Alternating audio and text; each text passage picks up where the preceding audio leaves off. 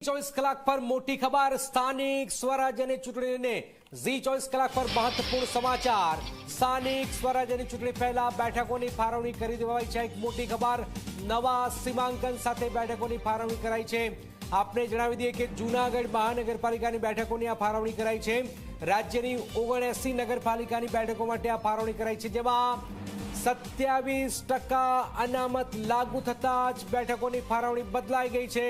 આ ખૂબ જ મહત્વપૂર્ણ 27% અનામત ઓબીસી અનામતની જે વાત થઈ રહી હતી એનો અહીંયા અમલ થઈ રહ્યો છે અને બેઠકોની ફાળવણી થઈ છે। હિતલ અમારી સાથે જોડાય। હિતલ, આ 27% અનામત લાગુ થઈ છે, ક્યાં લાગુ થઈ છે? 79 નગરપાલિકામાં શું વિગતો સામે આવી રહી છે?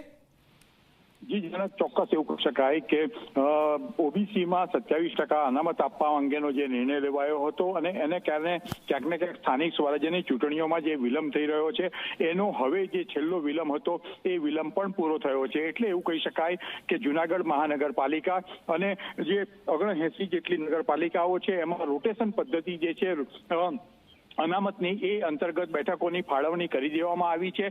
એટલે કે સ્થાનિક સ્વરાજ્યની ચૂંટણી યોજવા માટેના તમામ વિઘ્નો હતા એ પૂરા થઈ ચૂક્યા છે। એટલે એવું કહી શકાય કે હવે ગમે ત્યારે સ્થાનિક સ્વરાજ્યની ચૂંટણીઓ જાહેર થઈ શકે છે। જી બિલકુલ બિલકુલ, આભાર હિતલ। તો એક મોટી ખબર હિતલ આપી રહ્યા છે। સ્થાનિક સ્વરાજ્યની ચૂંટણી પહેલા જ બેઠકોની ફાળવણી નવા સીમાંકન સાથે આ બેઠકોની ફાળવણી કરવામાં આવી છે। 27% અનામત લાગુ થતા જ આ બેઠકોની ફાળવણી હાલમાં બદલાઈ છે।